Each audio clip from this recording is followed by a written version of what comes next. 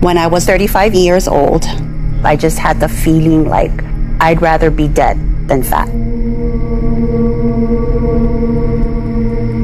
At 136 pounds, I thought that I was fat.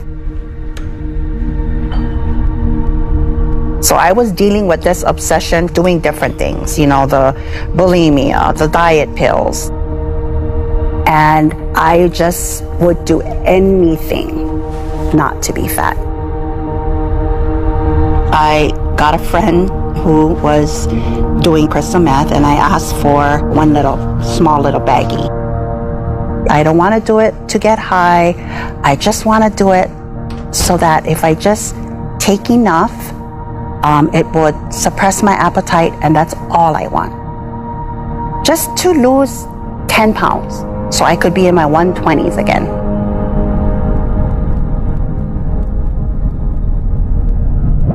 I became very quickly addicted within a matter of 2 weeks. Ice addicts have a term, and they call it the chase.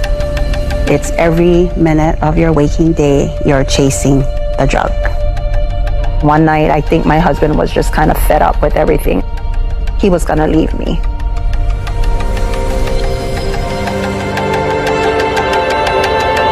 As the addiction progressed, I'd wake up and I'd say, am I gonna live or am I gonna die today?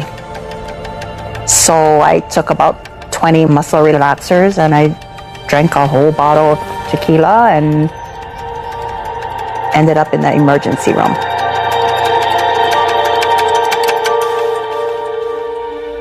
I knew I had to do something or I was gonna lose literally everything. When the therapist said to me, any kind of recovery or any recovery program is based upon faith in a higher power or faith in God, I was very angry. I was angry with God because of all the things that had happened to me as a child and all the things that I wanted him to fix, that he didn't fix.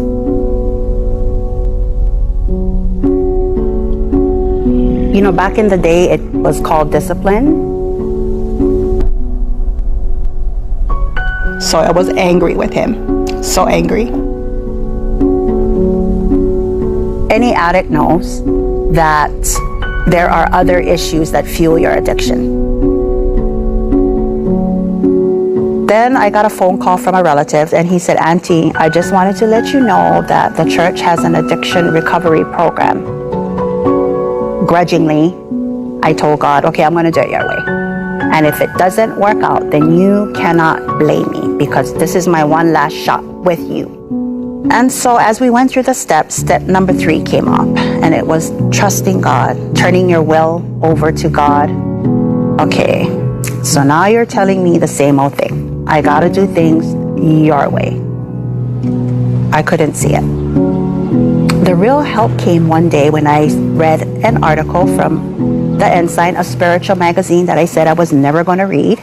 And in this article, he talked about Lot's wife. Lot and his family, of course, were asked to leave the city. It was going to be destroyed. And they were cautioned, while you're leaving the city, don't look back. And we all know that Lot's wife looked back and was turned into a pillar of salt.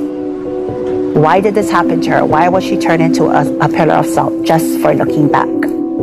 And he said, it wasn't so much that she was looking back. It was because she looked back with longing. That she looked back yearning for the things that she had left in Sodom and Gomorrah. Her heart was still there. When I read those words, I said, I am Lot's wife. I'm her, looking back and longing for things that are not there. Looking back for a life that if I stayed in it, I would be destroyed. In my mind, step 3 is all about trusting God and realizing that the creator of this universe can not only help you recover, but he can literally provide a different life for you, a new heart for you.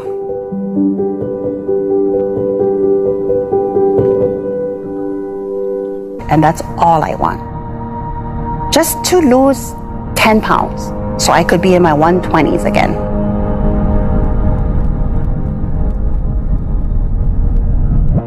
I became very quickly addicted within a matter of 2 weeks.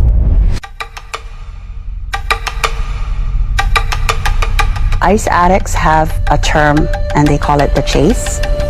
It's every minute of your waking day, you're chasing the drug. One night, I think my husband was just kind of fed up with everything. He was gonna leave me.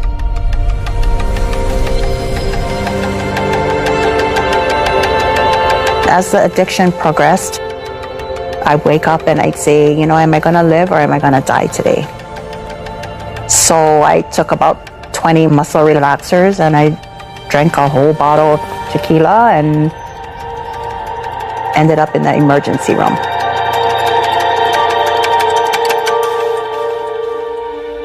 I knew I had to do something or I was gonna lose literally everything. When the therapist said to me, any kind of recovery or any recovery program is based upon faith in a higher power or faith in God, I was very angry. I was angry with God because of all the things that had happened to me as a child and all the things that I wanted him to fix, that he didn't fix.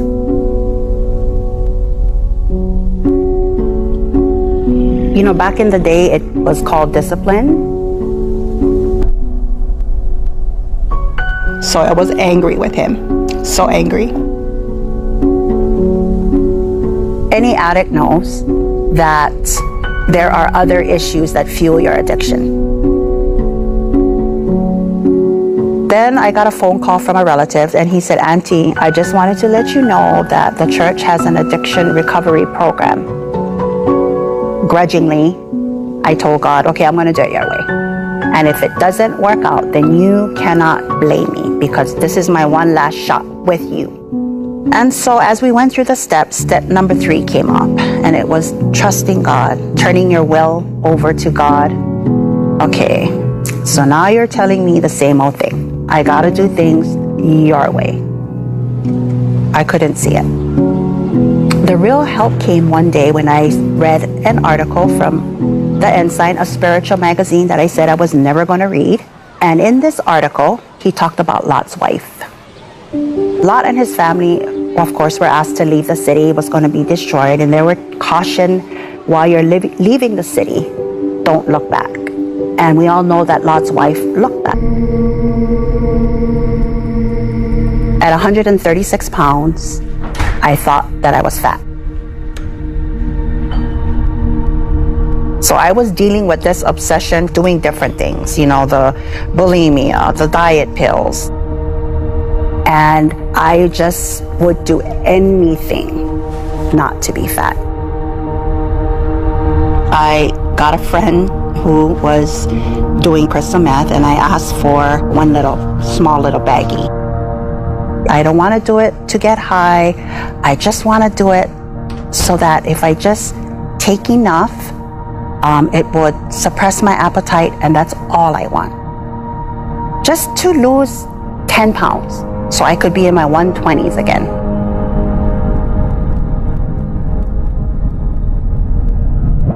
I became very quickly addicted within a matter of 2 weeks.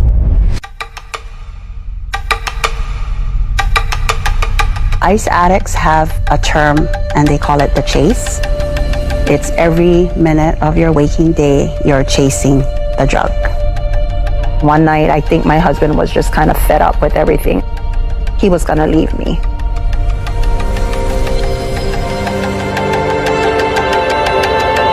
As the addiction progressed, I'd wake up and I'd say, you know, am I gonna live or am I gonna die today? So I took about 20 muscle relaxers and I drank a whole bottle of tequila and ended up in the emergency room.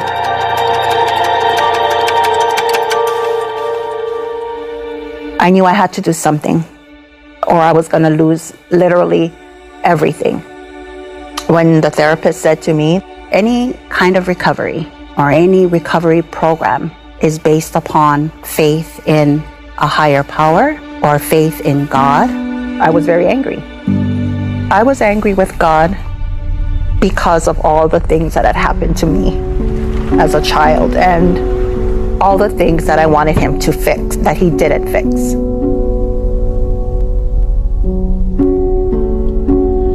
You know, back in the day, it was called discipline.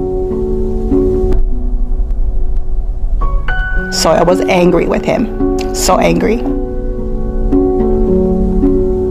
Any addict knows that there are other issues that fuel your addiction. Then I got a phone call from a relative and he said, Auntie, I just wanted to let you know that the church has an addiction recovery program. Grudgingly, I told God, okay, I'm going to do it your way. And if it doesn't work out, then you cannot blame me.